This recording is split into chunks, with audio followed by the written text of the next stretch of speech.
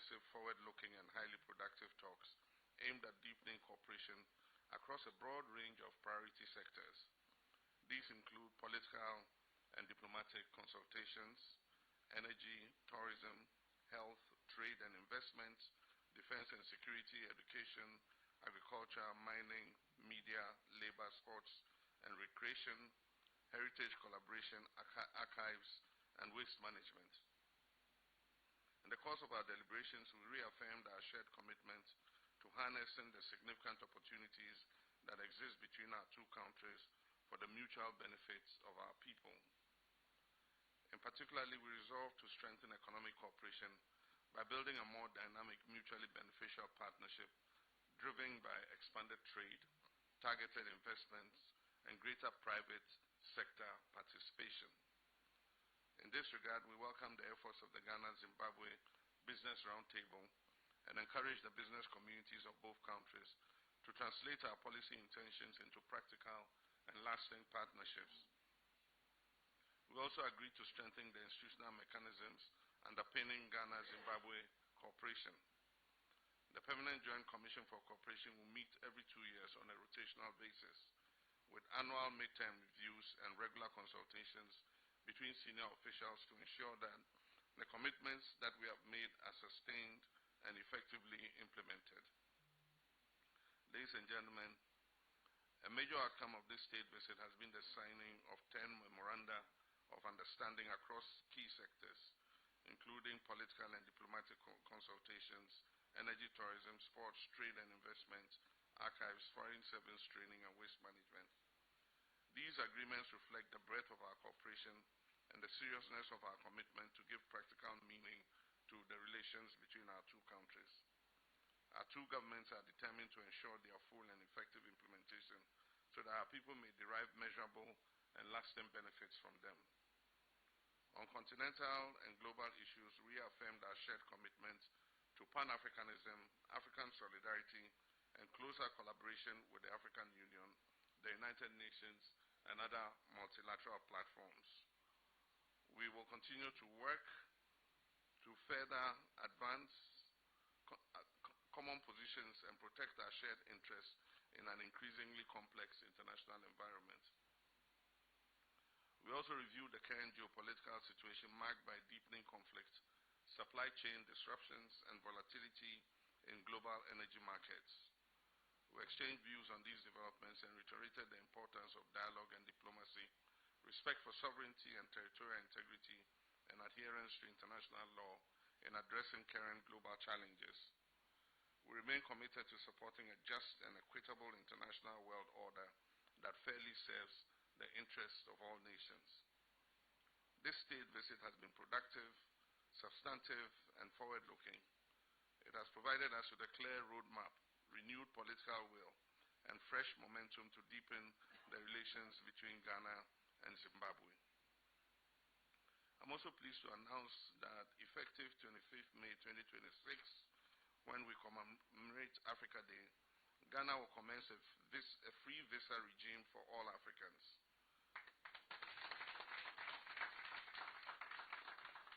Africans traveling to Ghana will receive their e-visas online free of charge.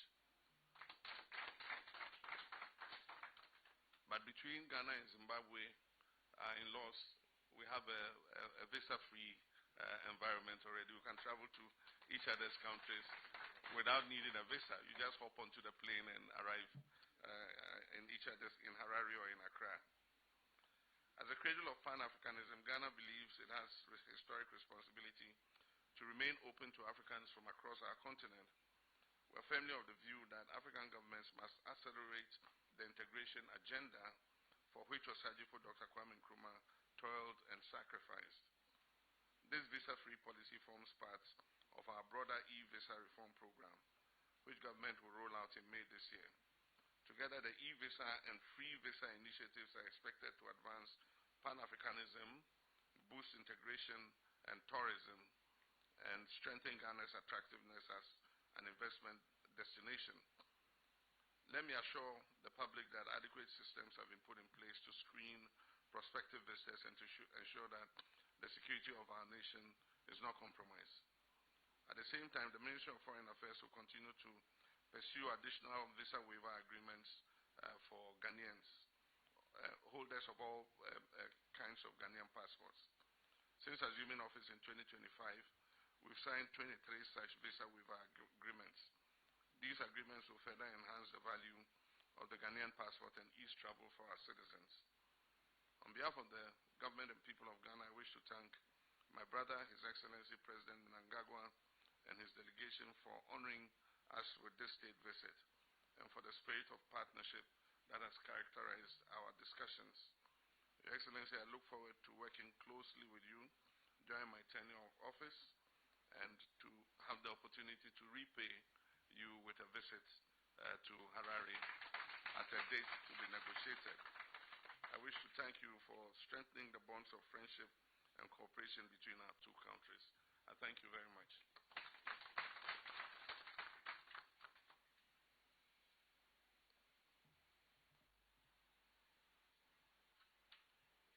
Your Excellency and dear brother, the President of the Republic of Ghana, my brother John Mahama,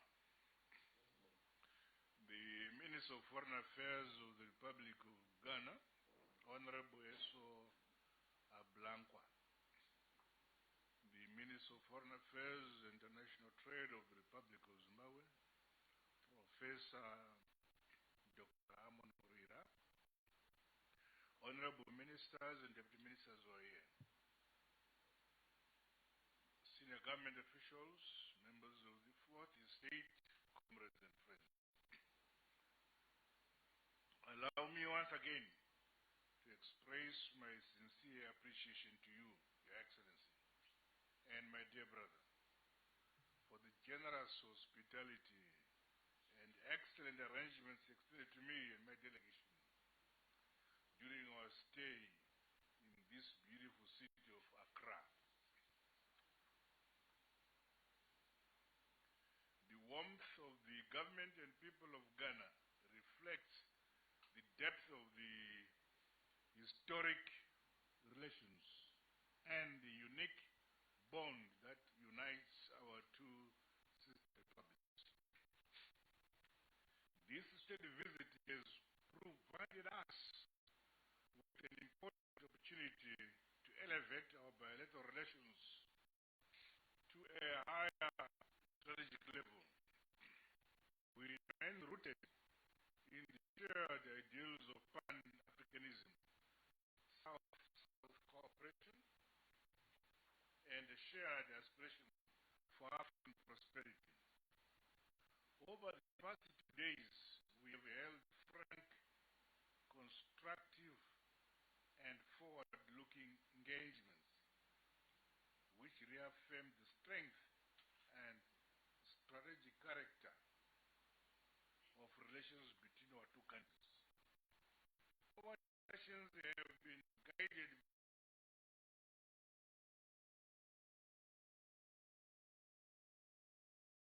by economies. We must now decisively move from dialogue to implementation and from commitments to tangible results. I commend the productive work undertaken by our ministers and officials across the various sectors. The engagements have expanded the cooperation in key areas, including energy, mining, agriculture, tourism, higher education, trade and cultural exchange. While we have witnessed the signing of several instruments of cooperation, the true value of these agreements lies in their swift and effective implementation. I therefore urge our ministers and officials operationalization all agreed programs and conclusion of the requisite agreements in additional areas of cooperation. The Joint Permanent Commission on Cooperation monitoring and implementation of our agreements, as well as increased trade and investment for the tangible benefits of our peoples. This undertaking also requires stronger private sector collaboration in our two countries. Reflects the enduring spirit of African unity and the shared commitment to sovereignty and justice. By the same token, I wish to thank you, my dear brother, Your Excellency, for the support of Ghana in our bid for election into the United Nations Security Council for the 2027 to 2028 term. We feel reassured that Ghana will help to rally regional support for Zimbabwe's candidature. Zimbabwe also seeks the support of Ghana towards our bid to host the African Union Mid-Term Coordination Summit in 2027. In the spirit of ensuring equitable regional rotation in the hosting of major African Union meetings, Your Excellency. As we conclude these official bilateral discussions during this historic state visit, I am confident that the goodwill and the shared aspirations between our governments and our peoples will continue to strengthen towards the realization of development and prosperity of two great countries. I wish you, my dear brother, Your Excellency, good health and success in all your endeavors. And I look forward to welcoming you to Mutapa Kingdom, the Republic of Zimbabwe, for your reciprocal visit soon. God bless you all. God bless Zimbabwe and Ghana. I thank you.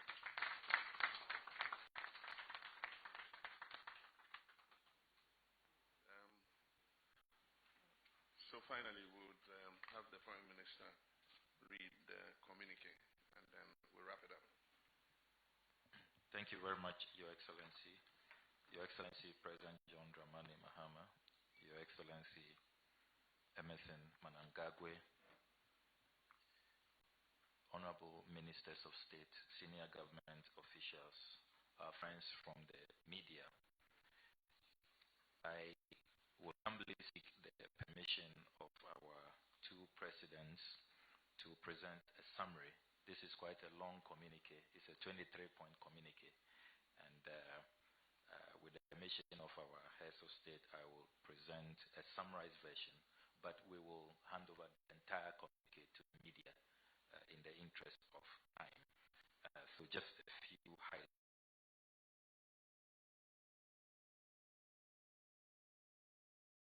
Dramani Mahama, President of the Republic of Ghana, His Excellency Dr. Emmerson Mnangagwa, President of the Republic of Zimbabwe, that took a state visit to the Republic of Ghana.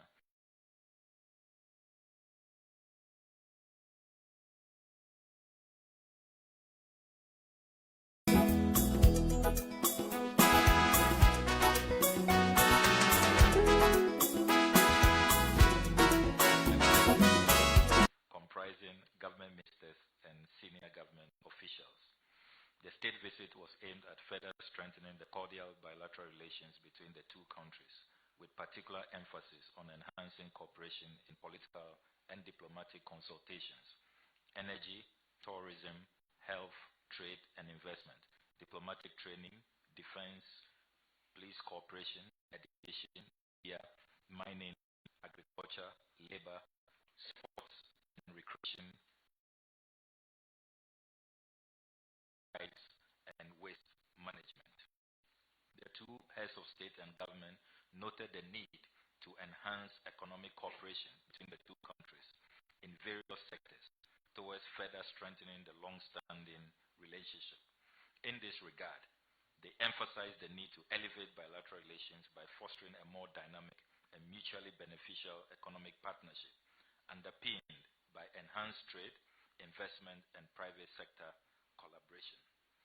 The two heads of state and government further noted with satisfaction the outcomes of the Business Roundtable Forum, which underscored the strong interest of the private sector in both countries to deepen trade and investment linkages and express confidence in the tangible partnerships and initiatives that would emerge therein.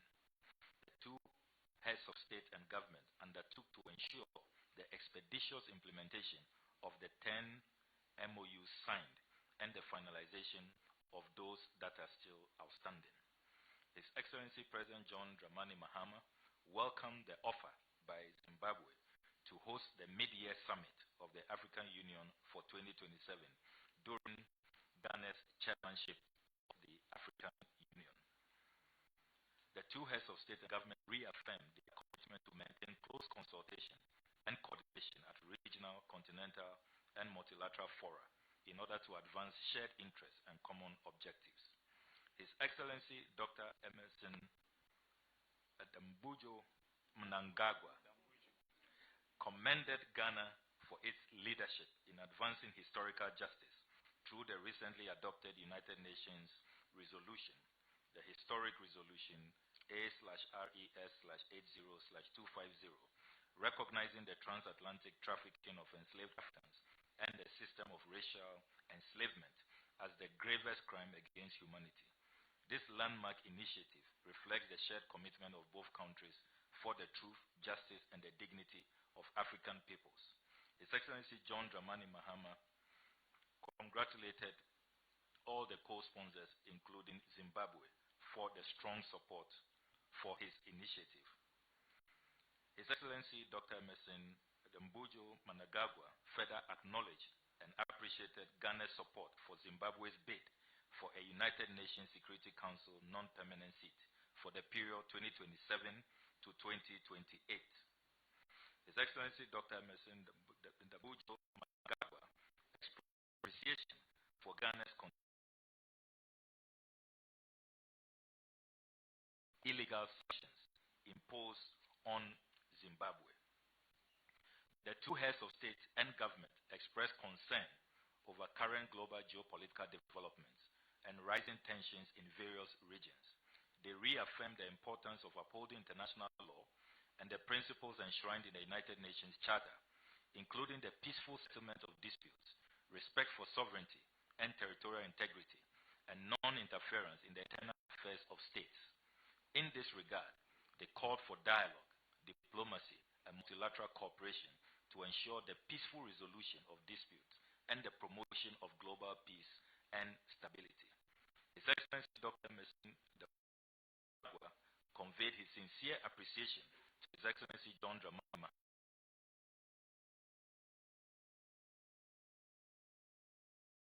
extended to him and his accompanying delegation during his memorable visit. He then extended an invitation to his brother, His Excellency John Mahama, for a reciprocal visit to Zimbabwe. At the conclusion of the state visit, the two heads of state and government expressed satisfaction with the outcomes of their engagement and reiterated their determination to further deepen bilateral relations across all sectors. This is signed in Accra, Ghana on the 2nd of April 2026. Respectfully submitted, Your Excellency.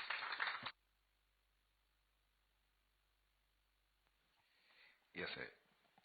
Excellencies, Ministers of State from Ghana and Zimbabwe, please, we have come to the end of the bilateral meeting. We'll now proceed to have lunch. Our two principals, accompanied by two senior officials, will go for lunch separately, and the rest of the delegates will go to the second floor. There is a lift to our left here. Protocol officers will guide you. Thank you very much and have a good afternoon.